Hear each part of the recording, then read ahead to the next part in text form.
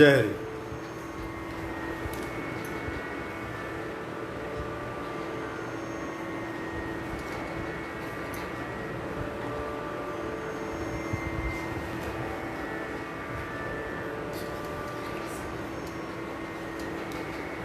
वारकरी संप्रदायाचं वैभव आज या निमित्ताने आज आपण एका महात्म्याच्या पुण्यतिथीचा विचार करणार आहोत. श्री संत चोखामेळा. भगवान पंढरीश परमात्म्याचे निस्सीम भक्त. भगवान श्रीकृष्णाने 12व्या अध्यायामध्ये वर्णन केलेलं आहे आणि त्याच्यावरती ज्ञानोबराय सांगतायत. ते मज प्राणा परोते आवडते निरुते जे भक्तचरित्राते प्रशंसते. जे माझ्या भक्ताचं वर्णन करतात ते मला माझ्या प्राणापेक्षाही प्रिय आहेत असं ज्ञानोबरायांनी वर्णन केलेलं आहे. वारकरी संप्रदायाची पाया रचण्याचं काम ज्ञानोबरायांनी केलं. वारकरी संप्रदाय ही दिव्य परंपरा आहे. आज खऱ्या अर्थाने लॉकडाऊन चालू आहे.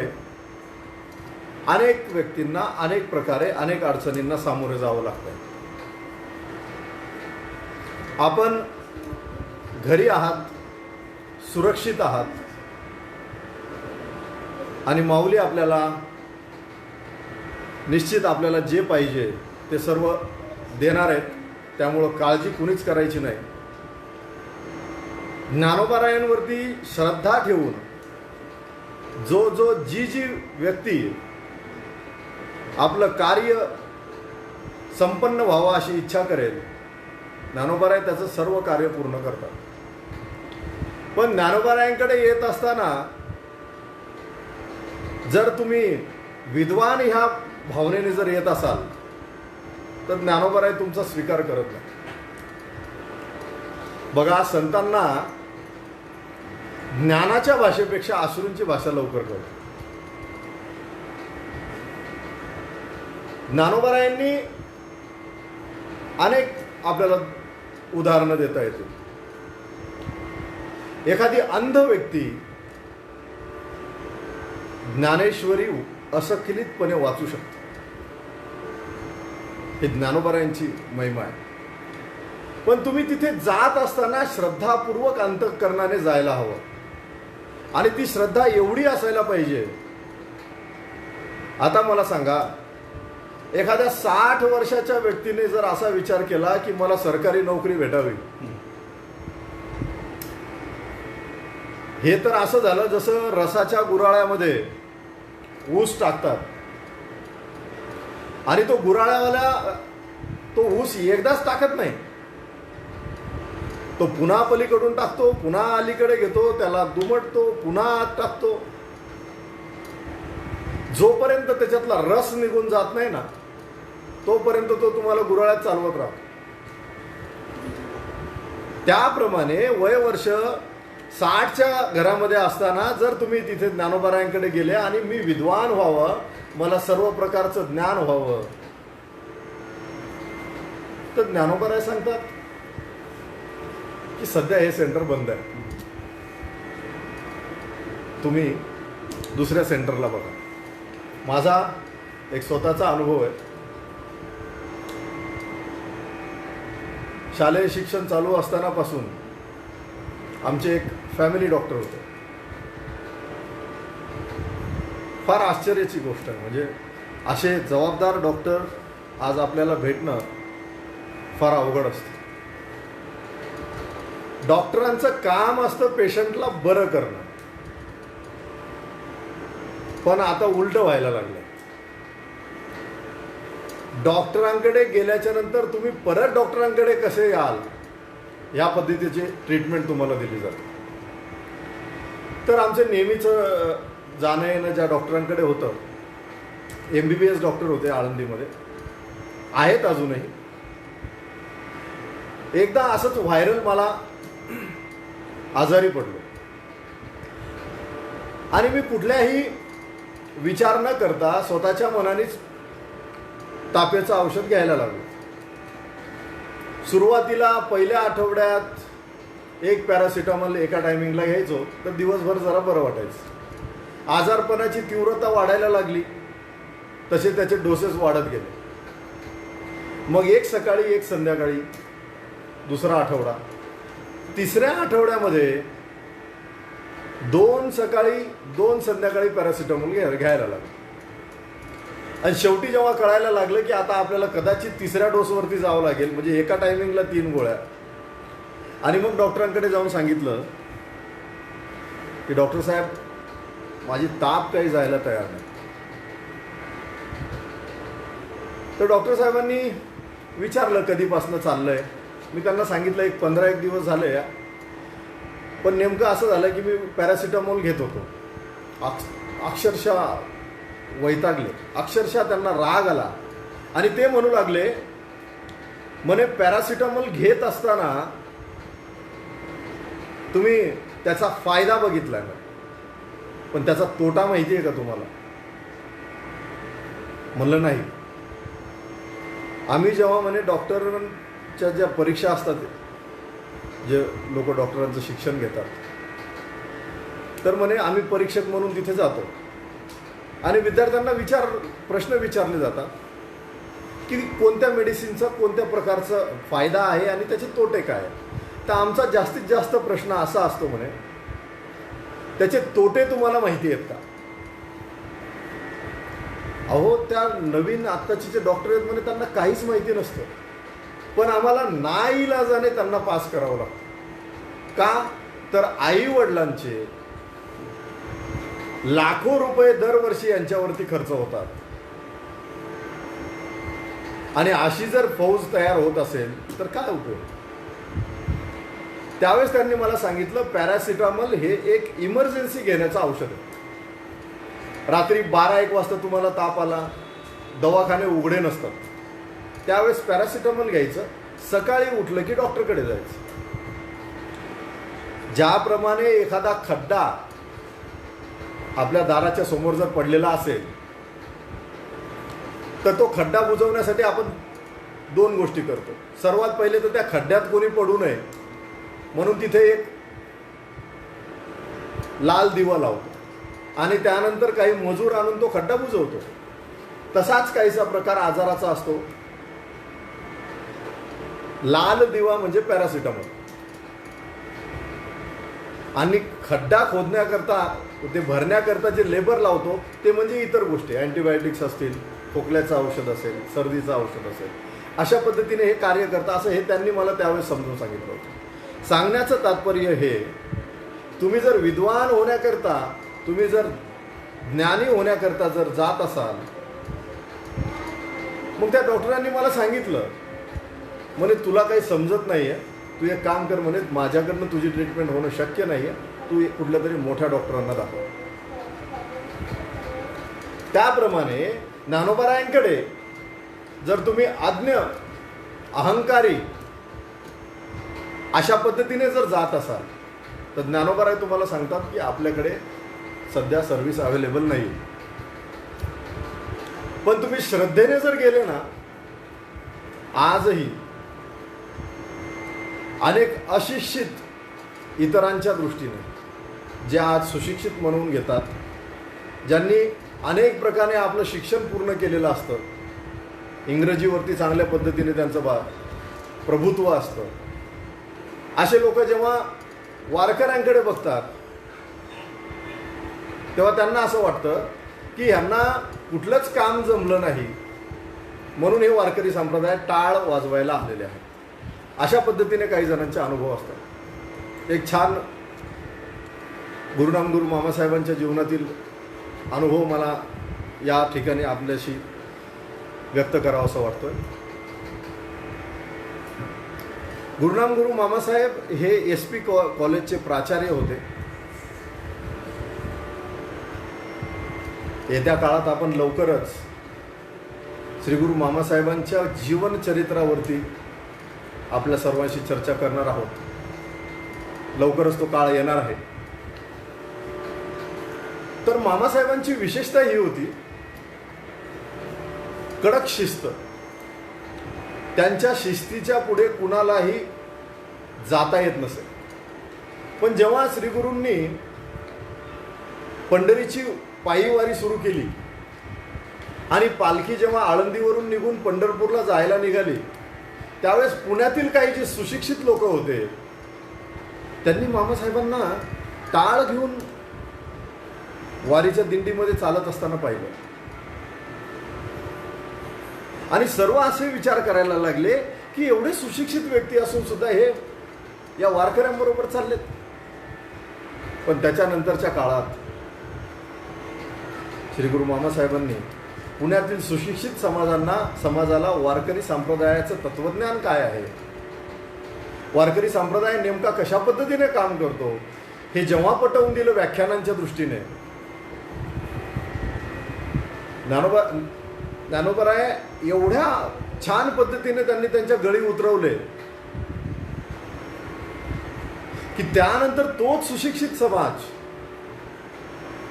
मामांबरोबर टाळ घेऊन असायचा.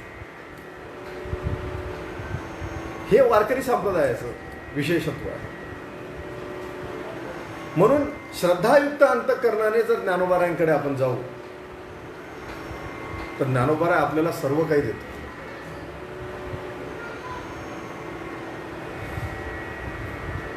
काय ज्ञानोबारायांचं व्यक्तिमत्व, काय ज्ञानोबारायांचं कार्य. श्री गुरु मामासाहेब नेहमी सांगायचे की आपण आपल्यातच स्पर्धा म्हणा किंवा आपण आपले फरक जे तुलना करण्याचा प्रयत्न करतो ते आपण आपल्याच संतांमध्ये, जसं ज्ञानोबाराय एकनाथ महाराज, ज्ञानोबाराय तुकोबाराय, ज्ञानोबाराय इतर अनेक संत वारकरी संप्रदायात, ही तुलना जी आपण करतोय ही आपण आपल्यापुरतंच मर्यादित राहतोय, म्हणजे महाराष्ट्रापुरतं मर्यादित राहतोय. आज खऱ्या अर्थाने गरज जर काय असेल, हे 50 वर्षापूर्वी श्री गुरु मामांनी आपल्याला दाखवून दिलं. मामांची एक इच्छा होती की आपण आता तुलना असे करून चालणार नाही.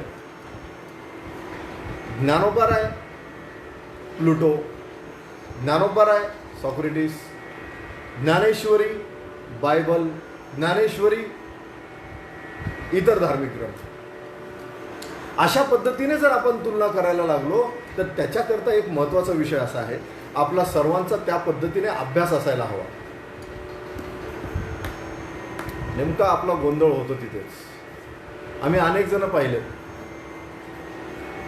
म्हणे महाराज आम्ही नास्तिक आहोत आणि आम्ही आस्तिक लोकांना मानत नाही, तुमच्या ज्या काही परंपरा आहेत त्या आम्ही मानत नाही.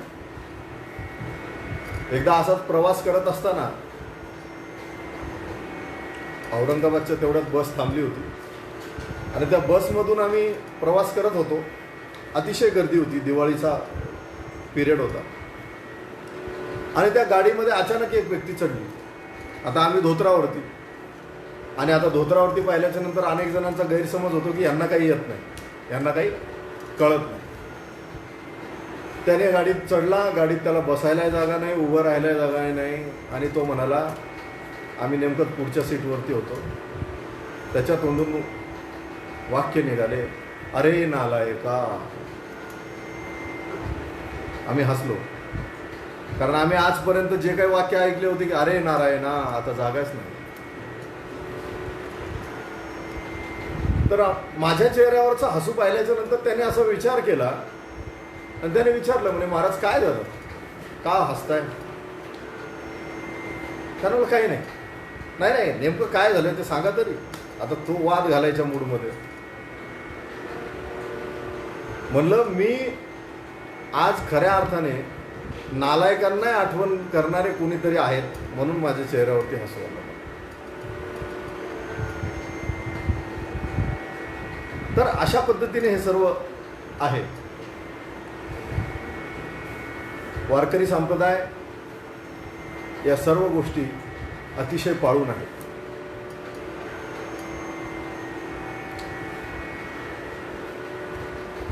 चोखोबारायांनी ज्या काळात त्यांच्याकडे दुष्काळ पडला होता, विषयांतर फार व्हायला लागलं. चोखोबारायांची आज पुण्यतिथी आहे आणि त्या निमित्ताने ज्ञानोबाराय यांच्या काळातले समकालीन चोखोबाराय हे आहेत. चोखोबारायांनी ज्ञानोबारायांबरोबर तीर्थयात्रेला जेव्हा ज्ञानोबाराय गेले होते तेव्हा ती सगळी तीर्थयात्रा सुद्धा केली. दुष्काळ पडला चोखोबारायांच्या गावामध्ये, तर त्यावेळेस राजाने असं फरमान काढलं की आपलं जे गाव आहे त्या गावाला आपल्याला एक तटीबंध तयार करून घ्यायचा. त्याला गावकोस असं म्हणतात. ज्याप्रमाणे अनेक आपल्या इकडे पण कधी दुष्काळ पडला तर मनरेगा वगैरे अशा ज्या काही आहेत ज्यामध्ये लोकांना काम दिलं जातं, अशा पद्धतीने त्यावेळेस त्या दुष्काळामध्ये ते काम चाललं होतं. चोखोबाराय दुपारच्या वेळी ते गावकोशीचं जे भिंत बांधण्याचं काम चालू होतं त्या भिंतीजवळ उभे होते आणि तिथे अनेक जण काम करत होते. ती भिंत अचानक यांच्यावरती पडली आणि सर्व त्या भिंतीखाली दबून गेले.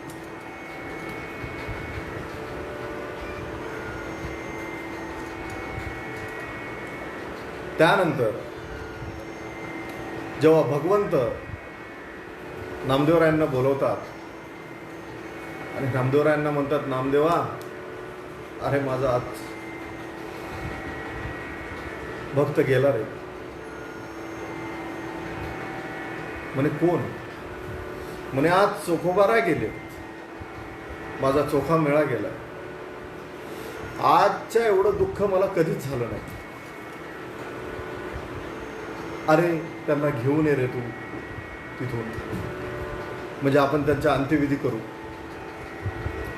आता नामदेवराय म्हणायला लागले, अहो म्हणे त्या भिंतीजवळ अनेक जण होते, त्यांना ओळखू कसं? अरे काय अवघड नाही, तिथं असलेलं एखादा हाड उचल, कानाला लाव, ज्या हाडातून विठ्ठल विठ्ठल असं नाव येईल ना, तो माझा चोखा मेळा. किती भक्ती. आज आपण कीर्तनामध्ये जरी बसलो ना, जेव्हा विठ्ठल विठ्ठल येतं ना, जेव्हा भजन ते येतं, तेव्हा आपण अनेक जण आपल्याला असं वाटतं की तो इंटरव्हलच आला की काय, आणि ती जबाबदारी सगळी त्या टाळकऱ्यांची आणि महाराजांची असते असं आपल्याला वाटतं. आपण विठ्ठल विठ्ठल म्हणायला लागलो ना. एकदा असंच कीर्तनामध्ये मी सांगितलं, म्हणलं ज्याला झोप येत नसेल ना त्याने रात्री नामस्मरण करा, जेव्हा झोप येत नाही तेव्हा विठ्ठलाचं नाव घ्या. दुसऱ्या दिवशी एक महिला मला भेटल्या आणि त्यांनी मला सांगितलं, म्हणे महाराज तुम्ही सांगितलेला उपाय फार छान होता. आजपर्यंत म्हणे मी डॉक्टरांकडून झोपेच्या गोळ्या घेत होते, पण तुम्ही जो उपाय सांगितला म्हणे एका मिनिटात झोप यायला लागली. सांगायचं तात्पर्य हे की विठ्ठलाचं नाव घेतल्याच्या नंतर आपल्याला झोप येते आणि इकडे गेले निघून देह सोडून तरी हाड विठ्ठल विठ्ठल म्हणतात.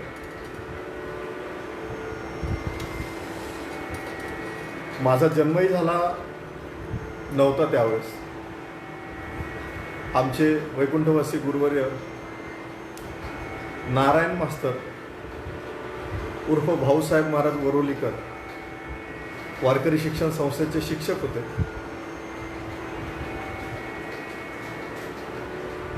अतिशय वैराग्य.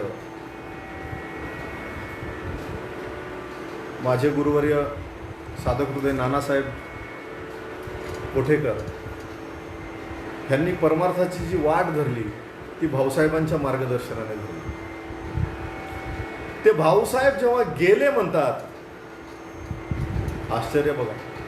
ते भाऊसाहेब आणि भाऊसाहेबांना नामजप करायची सवय होती, ते पण विठ्ठल विठ्ठल म्हणायचे. ते जेव्हा निजधामाला गेले, आत्मा त्यांचा निघून गेला, तरी त्यांचं जे शरीर होतं ना, ते बोट असं सारखं करत होतं, पडिले वळण इंद्रिया. एवढे संस्कार तुमच्यावरती नामस्मरणाचे झाले पाहिजे. तर चोखोबारायांची एवढी भक्ती होती. काय आश्चर्य आहे. मी तर भारावून जातो असे संतांचे चरित्र जेव्हा आपल्याला बघायला भेटले. आज नाही तर फर्स्ट डे फर्स्ट शोला पिक्चरला जाऊन तिथल्या अनेक गोष्टींचा आस्वाद घेऊन स्वतःला धन्य मानणारे अनेक तथाकथित सुशिक्षित ह्यांनी जर संतांच्या जीवनाचा विचार केला ना, तर त्यांना त्या गोष्टींमध्ये रस कधीच राहणार नाही.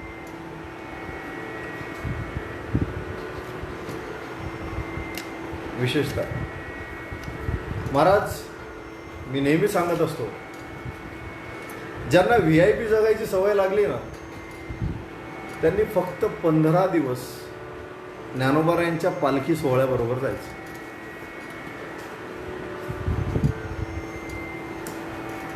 हरिभक्तपरायण गुरुवर्य भागवताचार्य केशव महाराज उकळीकर नेहमी सांगत असतात, ॲडजस्टमेंट इज बेस्ट पॉलिशी. आणि तुम्हाला ॲडजस्टमेंट शिकायची असेल ना, तर त्या सोहळ्याबरोबर जायचं. म्हणूनच तर कुठलीही पत्रिका नसताना लाखो समाज ज्ञानोबाराय तुकोबाराय आदी सर्व संतांच्या पालखी सोहळ्याबरोबर जातात. विशेषतः आहे ते तुम्हाला शिकवलं जातं. तिथे आमचे स्वतःचे अनुभव आहेत. वारीच्या वाटेवरती जात असताना कधीही माणूस रुचकर जेवणाची अपेक्षा करत नाही. पाऊस असेल तर वळकटी सुद्धा नशीब होत नाही. आणि दुपारच्या 20व्याला जर कडक ऊन पडलेलं असेल तर नांगरलेल्या जमिनीमध्ये तोंडावरती रुमाल घेऊन झोपावं लागतं. पण त्याच्यातही एवढा गोड आनंद येतो ना, कारण ज्ञानोबारे तिथं आपली काळजी करत असतात. यावर्षी फार दुःख वाटतंय. प्रशासनाचा आजच पेपरला वाचलं, प्रशासनाने असा निर्णय घेतला आहे की समाधी सोहळा, पालखी सोहळा जो आहे, त्या पालखी सोहळ्याबरोबर फक्त 20च जण जातील. ते पण 13च्या ऐवजी 30 तारखेला. म्हणजे डायरेक्ट पालखी इथून निघणार, ते पंढरपूरला थांबणार. खऱ्या अर्थाने सर्वांच्या हिताचं आहे. पण आपण त्या सगळ्या गोष्टीला मुकणार आहोत. तो आनंद, ते वारकऱ्यांचं येणं, आळंदी गजबजून जाणं, फार गोड अनुभव. प्रत्येकाने एकदा तरी ज्ञानोबारायांच्या त्या समाधी पालखी सोहळ्याबरोबर जायला पाहिजे. आणि ज्यांना आनंद 7 दिवस घ्यायचा आहे त्यांनी ज्ञानोबारायांच्या समाधी सोहळ्याला आलं पाहिजे. परत आयुष्यात कुठल्याच गोष्टीची तुम्हाला गरज पडणार नाही. वारकरी संप्रदाय त्याला म्हणतात. पण इतर संप्रदायांनी फार विशेष हे केलेलं आहे. ते तुम्हाला बंधनात घालत नाहीत, मोकळं सोडतात. फक्त तुमचं तेवढं डोनेशन आम्हाला येऊ द्या. ऑनलाईन असेल, DD असेल, तुम्हाला किती वाईट कृत्य करायचे ते करा. फक्त आमच्याकडे डोनेशन आलं की तुम्ही धुतल्या तांदळासारखे स्वच्छ होऊन जाता. पण वारकरी संप्रदाय हा कडक संप्रदाय आहे. इथे येत असताना तुमच्या सगळ्या इच्छा आकांक्षा सगळं संपवून टाकावं लागतं. सर्वात पहिले तर आपल्या इथे, आता मी लहान होतो तेव्हापासून आळंदीमध्येच राहिला आहे. मी अनेक नवीन साधक, काही हौशे असतात, काही गवशे असतात, काही नवशे असतात, असे येताना पाहिलेले आहेत. तर काही जण येतात, काही दिवस राहतात. आणि आल्या आल्या आमच्या इथे एक नियम असतो केश वपन करण्याचा. मग तो एखादा हिरोसारखा कपडे घालून आलेला, त्याला लगेच इथे सांगितलं जातं की बाबा तुला सर्वात पहिले साधना सुरू करायची आहे तर पहिले चप्पी करा. तो बिचारा बळजबरी केस काढतो आणि केस थोडे सुद्धा वर आलेले नसतात की निघून जातो. म्हणजे तो खरा हे नाहीच आहे, तो हवेने आलेला आहे. पण असे काही महात्मे आहेत महाराज, मी स्वतः पाहिलेले आहेत, अजूनही आहेत. साधना करतात आणि सिद्ध अवस्थेला जाऊन पोचतात. फक्त श्रद्धा तुमच्या अंतःकरणामध्ये तेवढी हवी. हे ज्ञानोबराय देतात आपल्याला. फक्त आपल्याला एकच करावं लागतं, वाहून या भार राहिलो निश्चिंत. कितीतरी महात्मे आहेत, पण आजकाल फेसबुक, यूट्यूब याच्यावरती काहीतरी वेगळ्या पद्धतीने आपल्याला काही गोष्टी दिल्या जातात आणि आपण त्या आता गोळ्या खायला लागलोय, कॅप्सूल घ्यायला लागलो. आपल्याला सवय झाली त्या तडका, विनोदी, कडक अशा पद्धतीने मार्केटमध्ये तुम्ही बघा, चहापत्तीची ॲड करत असताना कोणी असं म्हणतं का निस्ता चहा, त्याच्या अगोदर कडक असतं आणि गाढा असतो तो असा, म्हणजे नाही का रंग असा कडक येणार तसं, अशा पद्धतीने ॲड केलेली जाते आणि तशी ॲडच जास्त खपते खऱ्या अर्थाने. नाहीतर आता चहाचे दुकानं 10x10च्या गाड्यात अनेक आहेत, पण तिथं कोणी जात नाही. टी व्हीला ज्या ॲड केल्या जातात त्या ॲडच खपतात. पण लोकांचा असा गैरसमज होऊन जातो की ती ॲड म्हणजेच सर्व काही आहे. तसं नसतं. तर त्या चहाच्या गार्डनमध्ये जा, जिथं चहा पिकतो तिथे जा. तिथे गेल्याच्या नंतर तुम्हाला कळेल की खऱ्या अर्थाने चहा काय असतो. त्या पद्धतीनेच वारकरी संप्रदाय खरा काय हे पाहायचं असेल तर श्री क्षेत्र आळंदी इथे आल्याच्या नंतर प्रत्येक वारकरी कशा पद्धतीने साधना करतो, कशा पद्धतीने त्याचा नित्यनेम असतो. आपल्याला फक्त आपल्या गावात येणारे महाराज मंडळी, त्यांची उठबस आपल्याला कशी व्यवस्थितपणे करावी लागते, त्यांच्या पुढे पुढे कसं करावं लागतं, असंच बघतो आपण. पण इथे आल्याच्या नंतर ज्ञानोबारायांच्या दरबारामध्ये असणारा जो साधक आहे, तो साधक बघा, एखाद्या साधकाकडे जरी पाहिलं ना तरी तुम्हाला आयुष्याचं कल्याण झाल्यासारखं वाटतं. म्हणून वारकरी संप्रदाय हे तत्व, वारकरी संप्रदाय हा एक विचार आपल्याला अंगीकार करायचा असेल तर मेन सेंटरला जाणं गरजेचं आहे. आणि ते सेंटर ज्ञानोबारायांचं आहे. त्या ज्ञानोबारायांच्या कृपेने समाजातील तळागाळातील समाजाला अभंगरचना करण्याचं ज्ञानोबारायांनी जे बळ दिलं, मेळविली मांदी वैष्णवांची, हे ज्ञानोबारायच करू शकतात. परवा चिंतन करता करता असंच एक विचार मनामध्ये आला. जगद्गुरु तुकोबारायांचा काळ 350 वर्षापूर्वीचा आणि ज्ञानोबारायांचा काळ 750 वर्षापूर्वीचा. जगद्गुरु तुकोबारायांच्या काळात स्वराज्याची स्थापना झालेली आणि स्वतः छत्रपती शिवाजी महाराज त्या स्वराज्याचे संरक्षक होते. त्या काळात देखील जगद्गुरु तुकोबारायांनी जेव्हा गाथा बुडवायची वेळ त्यांच्यावरती आली, अतिशय दयनीय अवस्था. असं कधीच होऊ नये. जर तुकोबारायांवरती 350 वर्षापूर्वी गाथा बुडवण्याची वेळ येत असेल तर 750 वर्षापूर्वी ज्ञानोबारायांनी जर ज्ञानेश्वरी आळंदीत लिहिली असती तर हो. बरं झालं ज्ञानोबारायांनी आळंदीत ज्ञानेश्वरी लिहिली नाही, नाहीतर गाथ्यासारखं भगवंताला ज्ञानेश्वरी वरती काढायसाठी सुद्धा यावं लागलं असतं. हे वारकरी संप्रदायाचं तत्व आहे. ज्ञानोबराय त्या काळात तर ज्ञानोबरायांची हालच म्हणूया आपण, उपेक्षा झाली त्यांची. एवढी उपेक्षा मला नाही वाटत कोणाची झाली. आणि त्या काळातही 700 वर्षापूर्वी ज्ञानोबराय सगळ्यांना बळ देतात की तुम्ही अभंग रचना करा. त्यातील संत चोखामेळा. भगवंत किती प्रेम करायचे त्यांच्यावर. परवाच्या लाईव्हमध्ये आपण त्यांना सांगितलं. चोखामेळा यांच्या पत्नी जेव्हा गरोदर होत्या आणि प्रसव काळ जवळ आलेला होता आणि चोखोबारायांना त्यांच्या कोणीच, महाराज गरिबी जेव्हा असते ना तेव्हा कोणीच येत नाही. सब पैसे के भाई, असतील शिते तर जमतील भूते, अशी पद्धत आहे.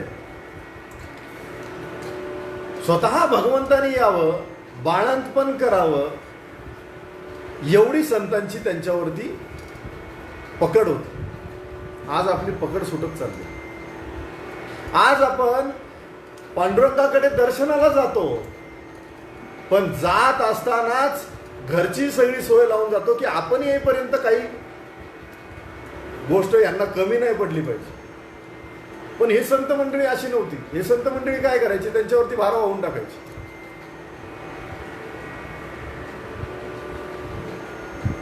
ज्ञानोबराय दैवत जर म्हणाल तर पांडुरंग परमात्मा. माझे जीवीची आवडी पंढरपुरा नेन उडी. ज्ञानोबरायांनी देखील जेव्हा त्यांना समाधी घ्यायची होती, निवृत्तीनाथांना जेव्हा विचारलं तेव्हा भगवंताला ज्ञानोबराय म्हणाले होते की मला तुमच्या पायाजवळ समाधी घ्यायची आहे. समाधी ही तुझं पाशी घेईन देवा. तेव्हा भगवंताने ज्ञानोबरायांना सांगितलं, म्हणे नाही, झाडाखाली कधी झाड मोठं नसतं होत. तुमचा समाधीचं ठिकाण ठरलेलं आहे आणि ते अलंकापूर नगरी आहे आणि ते जुनाट शिवपीठ आहे. आणि एकदा समाधी नाही घेतलेली तुम्ही तिथे ज्ञानोबराय आहे तर तुम्ही 8800 वेळा साधिली समाधी. हे ज्ञानोबरायांचं मूळ पीठ आहे. हे ज्ञानोबराय आजही ज्ञानोबराय आळंदीमध्ये आहेत. बऱ्याच जणांच्या कीर्तनातून असेल, व्याख्यानातून असेल, अनेक अभ्यासकांच्या तोंडून जेव्हा ऐकतो ना की ज्ञानोबराय फार मोठं कार्य करून गेले, कुठे गेले वाक्यच नाही यायला पाहिजे. ज्ञानोबरायांनी फार मोठं कार्य करून ठेवलेलं आहे आणि ज्ञानोबराय आजही समाधिस्थ आहेत. जुन्या काळामध्ये इतिहास संशोधकारांनी समाधीच्या तिथे उत्खनन करण्याचा प्रयत्न केला होता, पण त्यावेळेस गुरुनामगुरू मामासाहेबांनी अनेक पुण्यात रिसर्च सेंटर आहे तिथल्या वैज्ञानिकांना वगैरे घेऊन त्यांना समजावून सांगितलं आणि समजावून सांगितल्याच्या नंतर त्यांना त्याचं वैज्ञानिक कारण देखील पटवून दिलं. अनेक पद्धतीने तिथे वेव्ज कशा आहेत, समाधीवरती ते वेस्टर्न टाकलं, वेगवेगळ्या धातूंचं टाकलं, त्यातून वेव्ज कशा येतात, इतर वेळेस वेव्ज कशा येतात, हे सर्व जेव्हा करून दाखवलं तेव्हा त्यांना कळालं. तुम्हाला एक माहिती असेल, हा देह पंचतत्वाचा बनलेला आहे आणि एखादे योगी असतात, हे तर योगेश्वर आहेत, ज्ञानोबराय, तर ते पंचतत्वात विलीन होऊ शकतात. आणि आजही अशी आमची भावना आहे की आळंदीतल्या प्रत्येक तत्वामध्ये ज्ञानोबराय आहे. आळंदीतल्या अग्नीमध्ये ज्ञानोबराय आहे, आळंदीतल्या पाण्यात ज्ञानोबराय आहे, आळंदीतल्या अवकाशात ज्ञानोबराय आहे, आळंदीच्या मातीमध्ये ज्ञानोबराय आहे. भक्तिधामचे प्रज्ञाचक्षू गुलाबराव महाराजांची अशी भावना असायची की माझे ज्ञानोबा राय या भूमीमध्ये राहिलेले आहेत. तर गुलाबराव महाराज आळंदीच्या वेशीच्या बाहेर प्रातर्विधी करता जायचे, कारण इथं माझे माऊली राहिलेले आहेत. ही भावना आहे. मग काय केलं माऊलींनी? एवढी श्रद्धा गुलाबराव महाराजांची होती, काय केलं? माऊलींनी मांडीवर घेऊन खेळवलं.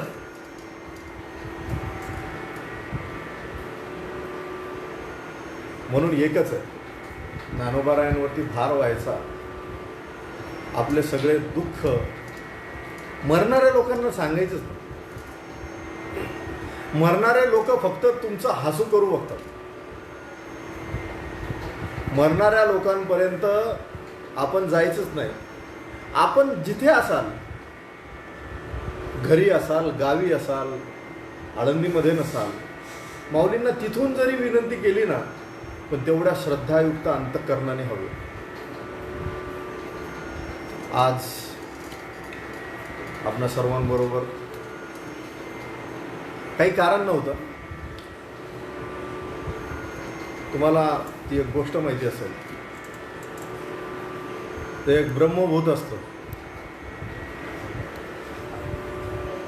ते प्रसन्न झालं ना,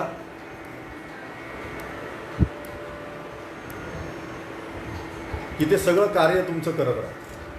आणि एक काम संपलं रे संपलं की दुसरं काम झालं की लगेच ते म्हणते दुसरं काम सांगा.